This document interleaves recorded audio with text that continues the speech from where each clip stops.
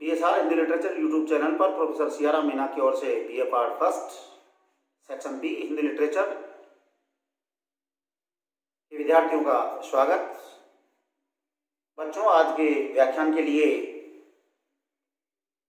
जो अपना टॉपिक है वह है आपके काव्य में प्रमुख कवि हैं रसखान जी। रसखान, जैसा कि नाम से साफ साफ जाहिर हो रहा है, रस की खान।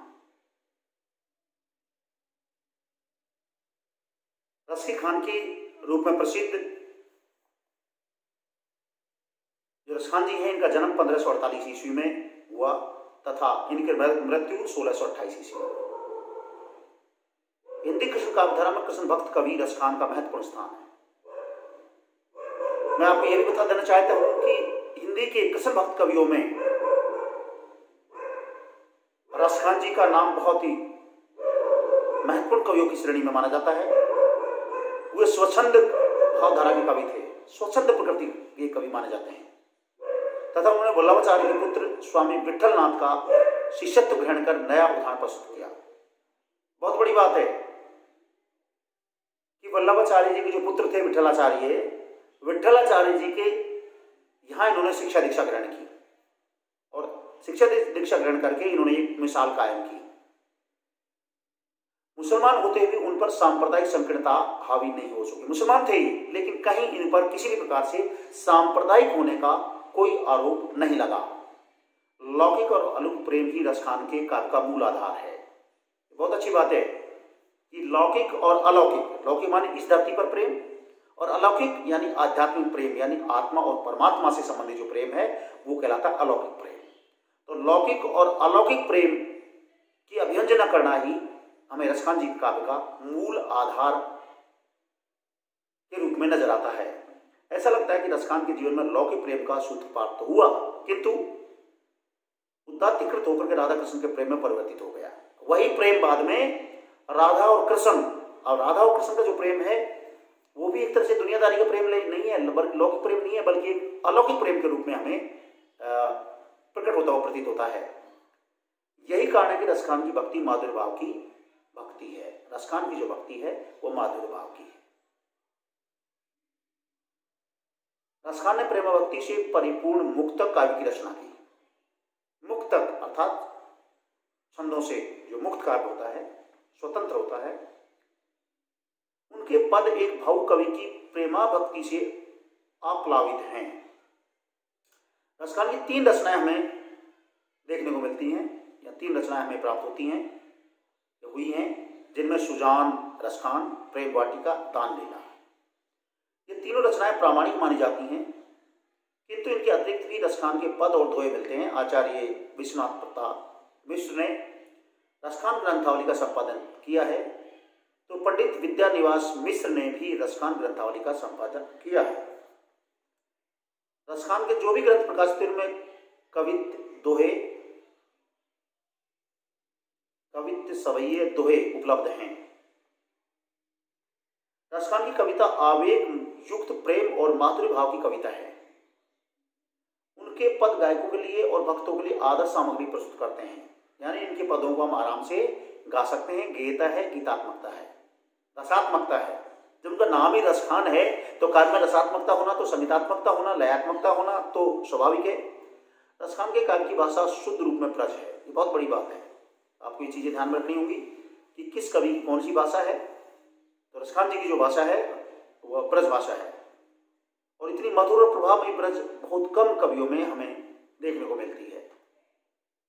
रसखान वास्तव में रस की खान है। ये कई बार प्रश्न भी आता है कि रसखान रस की खान है, कथन की समीक्षा कीजिए, क्योंकि उनके काव्य में प्रेम, भक्ति और श्रृंगार की तीनों अजरस धाराएं प्रवाहित होती हैं। अजरस माने जो कभी नहीं टूटती हैं, ऐसी धाराएं प्रवाहित होती हैं।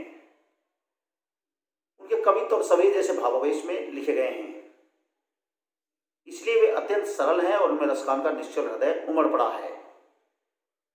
उनकी कविता में अलंकार अनायास ही आए हैं, यानी जो भी अलंकार आए हैं ये सहज रूप में आए हैं, उन्होंने कोई प्रयास नहीं किया है,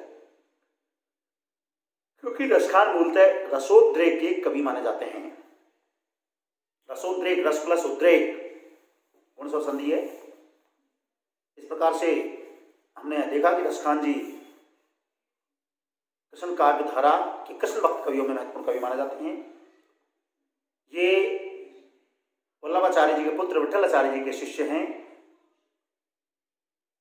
ये रस की खान वाले कवि माने जाते हैं। इनके प्रमुख 3 काव्य माने गए हैं, सुजान रस खान, प्रेम वाटिका और दान लीला। इनके काव्य में कवित, दोहे और सवैया 3 छंद प्रमुखता देखने को मिलते हैं, कवित, सवैया और दोहे। छंद इनके काव्य में सहज रूप में यानी अनायास बिना किसी प्रयास के ही आ गए हैं। इनके काव्य की जो भाषा है वो ब्रज भाषा है और इनका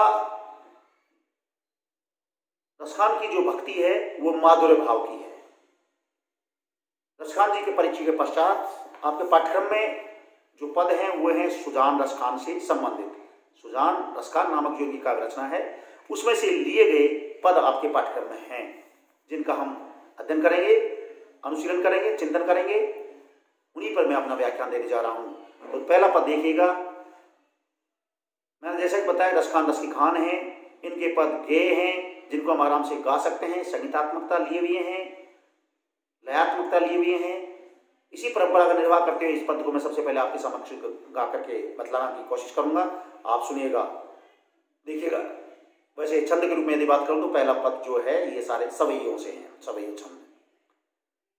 मानुष हो तो वही रस खान बसो ब्रजे गोकुल गाँव के ग्वारन। मानुष हो तो वही रस खान बसो ब्रज गोकुल गाँव के ग्वारन। जो पशु हो तो कहा बस मेरो चरो नित्य नंद की धेनि मजारन। पाहन हो तो वही गिरी को जो धरो कर छत्र पुरंदर धारन। जो खग हो तो बसेरो करो मिली कालिंदी कूल कदम्ब की डारन। मानुष हो तो वही रस खान बसो ब्रज गोकुल गाम के ग्वारन। जैसा कि हमने परिचय पढ़ा था कि रसखान जी ने अपने काव्य में लौकिक प्रेम के साथ साथ अलौकिक प्रेम की वंदना की है। इन्हीं भावनाओं की अभिव्यक्ति में इस पद के माध्यम से आपके समक्ष व्याख्यान में के द्वारा प्रकट कर रहा हूं कि रसखान जी अपने अंदर भरे हुए प्रेम की अभिव्यक्ति प्रकट करते हुए कहते हैं कि हर स्थिति में मैं तो राधा और कृष्ण की जो कर्म स्थली है, जो रासलीला की भूमि है, ब्रज भूमि, मैं उसी ब्रज भूमि में सदैव इस जन्म में भी, आने वाले समय में भी, हमेशा हमेशा मैं उसी में रहना चाहता हूं। उससे मैं किसी भी योनि में मुझे जन्म मिले, किसी भी पक्षी के रूप में, प्राणी के रूप में, जीव के रूप में मुझे जन्म मिले, लेकिन हर स्थिति में मैं ब्रजमंडल में ही रहना चाहूंगा जहां पर भगवान श्री कृष्ण और राधा ने रासलीलाएं की थी, जो उनकी क्रीड़ा स्थली रही है, प्रेम लीलाएं की थी, उन्हीं में मैं उसी ब्रजभूमि में रहना चाहूंगा। इन्हीं भावों की अभिव्यक्ति प्रकट करते हुए रसखान जी की पद की मैं व्याख्या आपके समक्ष प्रकट कर रहा हूं। मानुष हो तो वही रसखानी। मानुष मानी मनुष्य, हो मानी मैं, ब्रज भाषा का शब्द, अर्थात रसखान जी अपने मन की अभिलाषा प्रकट करते हुए कहते हैं कि यदि मुझे ईश्वर मनुष्य के रूप में जन्म दे तो मैं वही रसखानी, अर्थात मैं, स्वयं रसखान जी कहते हैं कि यदि ईश्वर मुझे मनुष्य के रूप में जन्म दे तो बस ब्रज गोकुल गांव के ग्वार, तो मैं ब्रजमंडल के जो गांव हैं या ब्रजमंडल का जो प्रसिद्ध और प्रमुख गांव है गोकुल गांव, उस गांव के ग्वाल बालों के बीच में ही रहना पसंद करूंगा। उन्हीं के बीच में रहना, खेलना, कूदना इत्यादि पसंद करूंगा। जो पशु हूं तो कहा बस मेरो चरो नित्यानंद की धेनु मजारन। यदि ईश्वर मुझे पशु के रूप में जन्म दे, यदि मुझे पशु बनाए, तो मेरी क्या अरमान है, मेरी क्या इच्छा है, क्या अभिलाषा है कि मैं चाहता हूं कि यदि ईश्वर मुझे पशु के रूप में जन्म दे तो भी मैं ब्रजमंडल के गोकुल गांव के ग्वाल बालों के साथ नंद बाबा की जो गाय हैं, उन्हीं के बीच में रह करके चरता हुआ विचरण करना चाहूंगा, ऐसी मैं अभिलाषा प्रकट करता हूं। मंझाड़ माने बीच में, मध्य में, पान हो तो वही गिरी को जो धरो कर छत्र पुरंदर धारण। और आगे रसखान जी कहना चाहते हैं कि यदि मुझे ईश्वर एक पत्थर बनाए, यदि पत्थर मुझे बनना पड़े तो भी मैं क्या इच्छा प्रकट करता हूं, तो भी मेरी यह आस्था है, यह निष्ठा है, यह अरमान है, यह अभिलाषा है कि उसी गोवर्धन पर्वत का पत्थर मुझे बनाए, क्योंकि उस गोवर्धन पर्वत को भगवान श्री कृष्ण ने ब्रजमंडल की लोगों की इंद्र के प्रकोप से रक्षा करने के लिए अपनी कनिष्ठ उंगली पर उठाया था। पुरंदर धारण, पुरंदर माने कृष्ण, जिसको भगवान श्री कृष्ण ने अपनी उंगली पर उठा करके ब्रजमंडल के वासियों की रक्षा की थी। अतः मुझे यदि पत्थर भी बनाए ईश्वर, पत्थर भी मुझे बनना पड़े तो मुझे गोवर्धन पर्वत का ही पत्थर बनाए, ऐसी मैं इच्छा प्रकट करता हूं। जो खग हो तो बसेरो करो मिली कालिनी कालिंदी कूल गदम्ब गिटार। आगे रसखान जी कहना चाहते हैं, अपने अरमान प्रकट करना चाहते हैं कि यदि ईश्वर मुझे यदि कोई पक्षी बनाए, खग मानी पक्षी, तो भी मैं क्या इच्छा प्रकट करता हूं कि मैं चाहता हूं कि यमुना नदी, कालिंदी मानी यमुना, कूल मानी किनारा, कदम मानी कदम के पेड़, अर्थात मैं चाहता हूं कि यमुना नदी के किनारे लगे सुंदर जो पेड़ है, कदम के जो सुंदर पेड़ हैं, उनके डालों पर विचरण करने वाले जो और पक्षी हैं, उन्हीं पक्षियों के मध्य में मैं रहना चाहूंगा, या रहने की मेरी अभिलाषा है, मेरी इच्छा है। यानी हर स्थिति में, मनुष्य के रूप में, पशु के रूप में, पत्थर के रूप में, पक्षी के रूप में, हर स्थिति में रसखान जी ब्रजभूमि और से गोकुल गांव से ही प्रेम करता हुआ प्रतीत होता है। यानी ब्रजमंडल के प्रति उनकी सच्ची श्रद्धा और एकनिष्ठ प्रेम की अभिव्यक्ति हमें इस पद में देखने को मिलती है। नेक्स्ट जो पद है देखिएगा,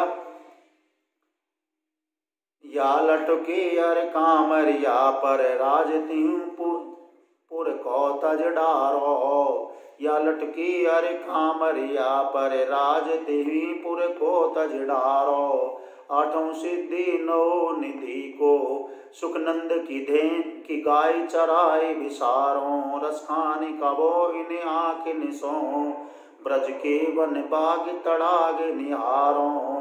कोटिक हों कल धोत के धाम करेल के कुंजन ऊपर वारों।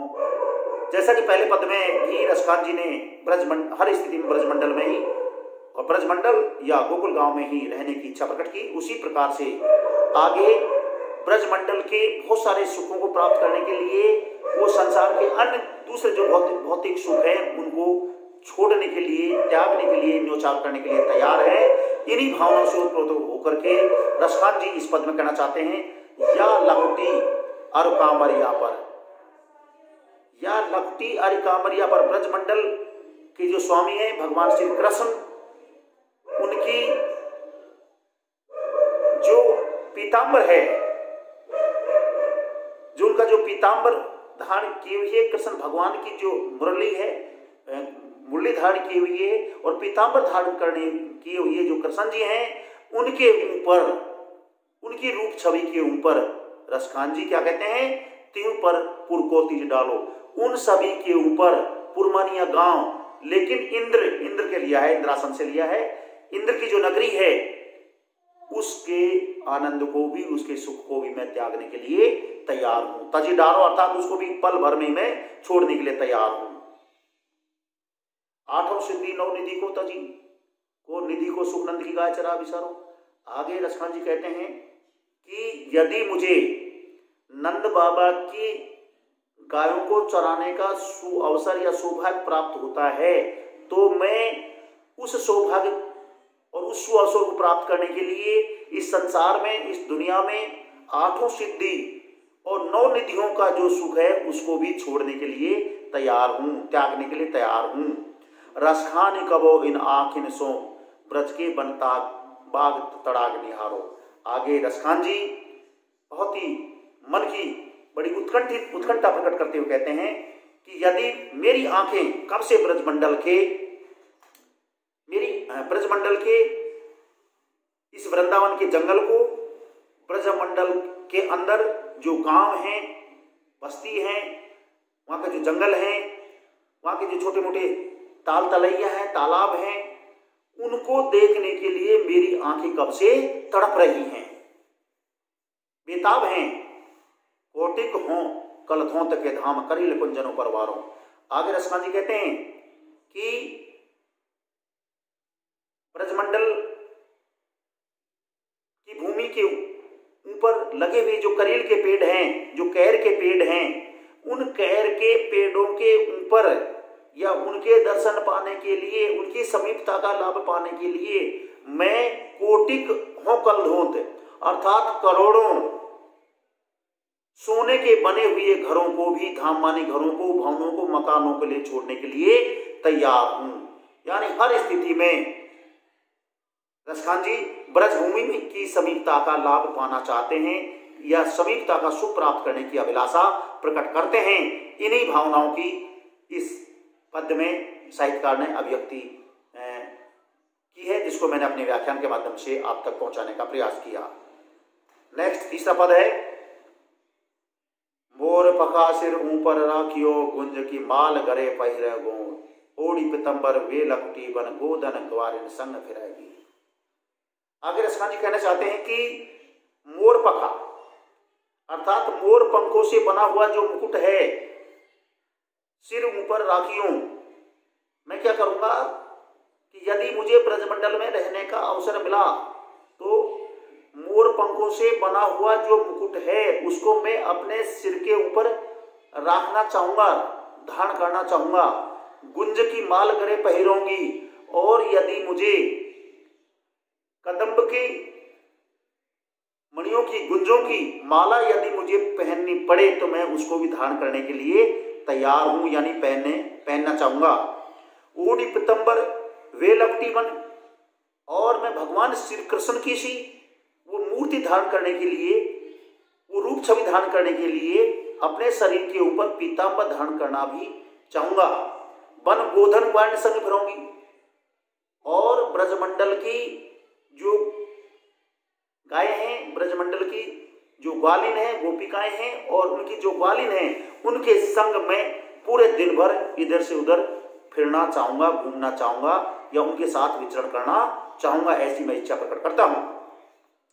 भाव तो वही मेरो रसखानी, सो तेरे कहे सब स्वांग करोगी। साहित्यकार आगे अपनी स्थिति को स्पष्ट करते हुए कहते हैं कि हे मेरे इष्ट देव भगवान श्री कृष्ण, मैं ये चाहता हूं कि जो भी आपको अच्छा लगे, भाव तो मानी आपको अच्छा लगना, आपको जो अच्छा लगा मैं वही स्वांग रचना चाहूंगा। भाव तो वही अर्थात जो आपको चाहता है। मेरो रसखान जी कहते हैं कि हे मेरे इष्ट देव भगवान श्री कृष्ण, मैं आपको कहना चाहूंगा कि जो जो आपको अच्छा लगे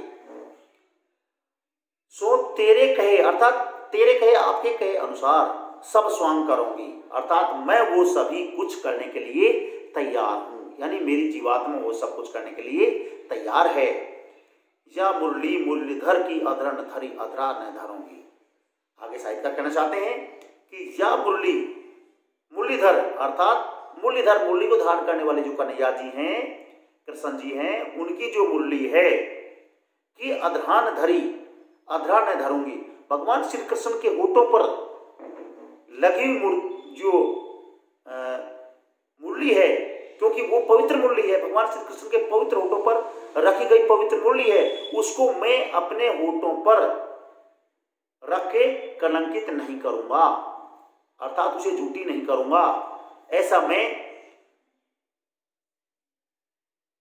साहस नहीं दिखाऊंगा।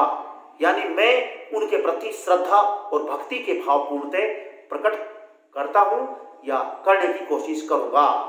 नेक्स्ट देखिएगा, गावे गुनी गणिका गंधर्व और सारद शेष सबे गुण गावत, नाम अनंत गणंत गणेश जो ब्रह्म त्रिलोचन पार न पावत, जोगी जति तपसी अरु सिद्ध निरंतर जाई समाधि लगावत, ताई ऐर की छोरिया चचिया पर छाछ पे नाचन चावे। इस पद्य के माध्यम से रसखान जी कहना चाहते हैं कि भगवान तो प्रेम के भूखे हैं, प्रेम से जो भी उनको याद करता है, चाहे वो आमजन हो, चाहे कोई बड़ा हो, कोई सिद्ध हो, कोई भी हो, यदि प्रेम पूर्वक उनको याद करता है तो वो तो उन्हीं पर रीझ जाते हैं, उन्हीं पर वो अपनी कृपा कर देते हैं।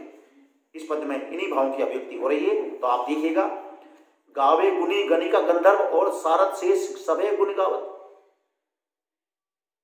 कृष्ण भक्त कवि रसखान जी कहते हैं कि उसी प्रियतम परमात्मा स्वरूप भगवान श्री कृष्ण को प्राप्त करने के लिए, भगवान की कृपा पाने के लिए उसको दिन रात गंधर्व सोस, जिसको प्राप्त करने के लिए स्वयं शारदा जी यानी वीणा जी, वीणा की जो देवी हैं सरस्वती जी, शेषनाग जी हैं, शेषावतार जी हैं, वो सदैव उनके गुणों का गुणगान करते रहते हैं, किंतु फिर भी वो उन पर कृपा नहीं करते हैं क्योंकि उनके उसमें प्रेम भावना नहीं है।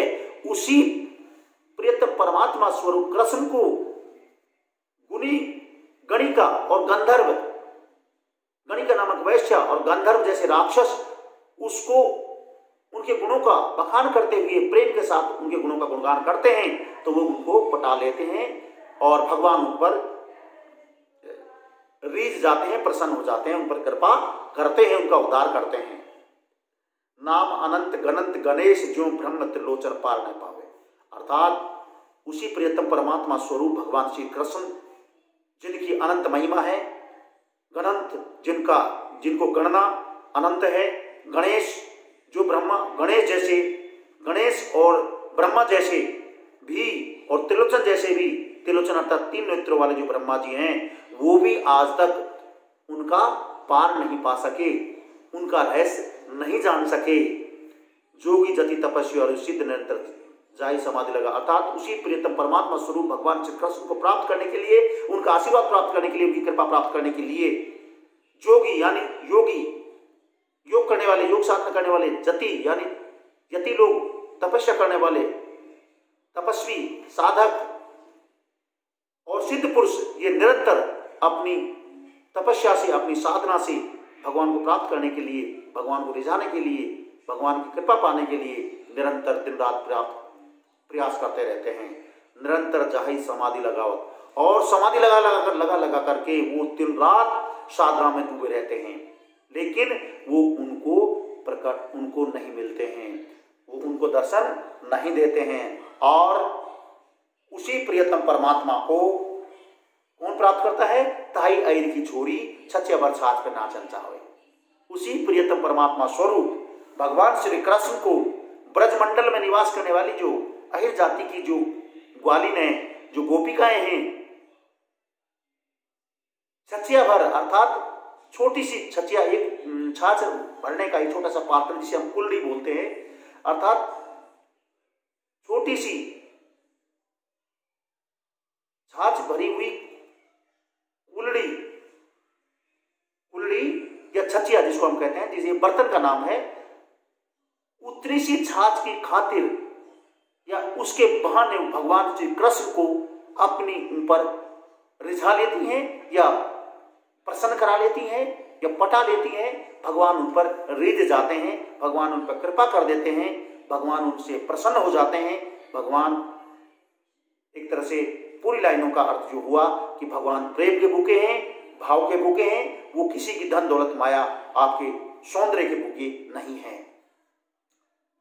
नेक्स्ट पद देखिएगा, काने भय बस बांसुरी के अब कौन सकी हम सो चाहिए, निष्धौस रहे संग साथ लगी है सौतिन तापन सो सही है।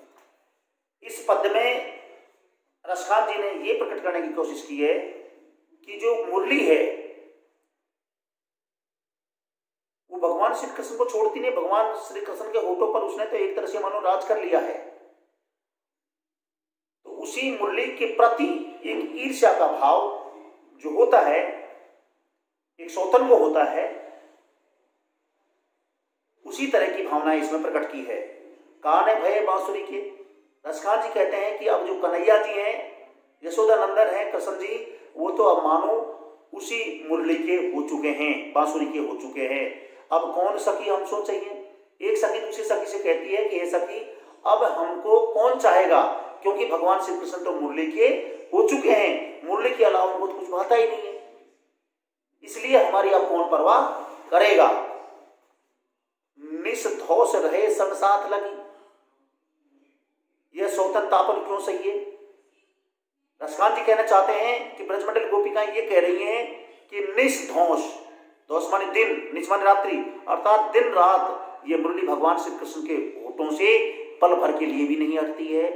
इसलिए क्या स्थिति हो रही है, यह सौतन तापन क्यों सही है। हम इस सौतन रूपी, इस मुरली रूपी सौतन की वजह से जो पीड़ा हो रही है उसको हम अब कैसे सह सकती है, अर्थात नहीं सह सकती। जिन मोही लिया मनमोहन को रसखानी सदा हमको दइए। जिन मोही लिया मनमोहन को, अर्थात आगे ब्रजमंडल की गोपिकाओं की जो मनोभावनाएं हैं उनको रसखानी इस प्रकार प्रकट कर रहे हैं कि ऐसा लगता है कि इस मुरली ने तो भगवान श्री कृष्ण को ही के मन को पूरी तरह से मोह लिया है। रसखानी सदा हमको दइए। और ऐसा लगता है रसखान जी ऐसे कहते हैं कि अब तो इस मुरली के प्रेम में पड़ जाने के कारण कृष्ण जी से हमें विलगाव की स्थिति नजर आती है और उसी विलगाव, उसी अलगाव की स्थिति के कारण हम एक तरह से क्या बोलते हैं उसको, वियोग में, विरह में जली जा रही हैं, दइये मानी जली जा रही हैं। मिली आओ सबे सखी भाग चले अब तो ब्रज में बांसुरी रही है। यहाँ बड़ी ईर्ष्या की भावना है ब्रजमंडल गोपिकाओं की बांसुरी के प्रति। तो ब्रजमंडल की सखियां एक सखी दूसरी सखी से अपने मनोभाव प्रकट करती कहती हैं कि ये सखियां अब तो वो समय आ गया है कि हम सभी को ब्रजमंडल से भाग करके कहीं अन्यत्र चले जाना चाहिए। क्योंकि इसलिए ऐसा कह रही है कि मिली आओ सभी सखी, हे सखी सभी मिलकर के आओ और हम सभी इस ब्रजमंडल को छोड़ करके कहीं अन्यत्र चले जाएं। क्योंकि ब्रज में बांसुरी रही है। अब तो ब्रजमंडल में बांसुरी ने एक छत्र राज स्थापित कर लिया, भगवान श्री कृष्ण के ऊपर एकाधिकार कर लिया है। इसीलिए कृष्ण जी भी हमारे ऊपर ध्यान नहीं दे रहे हैं। जब कृष्ण जी हमारे ऊपर ध्यान नहीं दे रहे हैं, मुरली को ही वो ध्यान दे रहे हैं, मुरली उनके यहाँ से हटती नहीं है, तो हम मुरली रूपी सौतन को अब ज्यादा सहन नहीं कर सकती। अतः हम सभी ब्रजमंडल की गोपिकाओं को ब्रजमंडल को छोड़ करके कहीं अन्यत्र चले जाना चाहिए। ऐसी ब्रजमंडल की गोपिकाएं अपने मनोभाव प्रकट कर रही हैं। आज के व्याख्यान के माध्यम से मैंने रसखान का परिचय और रसखान के सुजान रसखान नामक जो उनका काव्य है उसमें जो प्रमुख सवैये हैं उन पर मैंने अपना व्याख्यान दिया, चिंतन किया। इन्हीं चिंतन और व्याख्यान के पश्चात प्रोफेसर सियाराम मीणा को दीजिए इजाजत। आप सभी को बहुत बहुत धन्यवाद।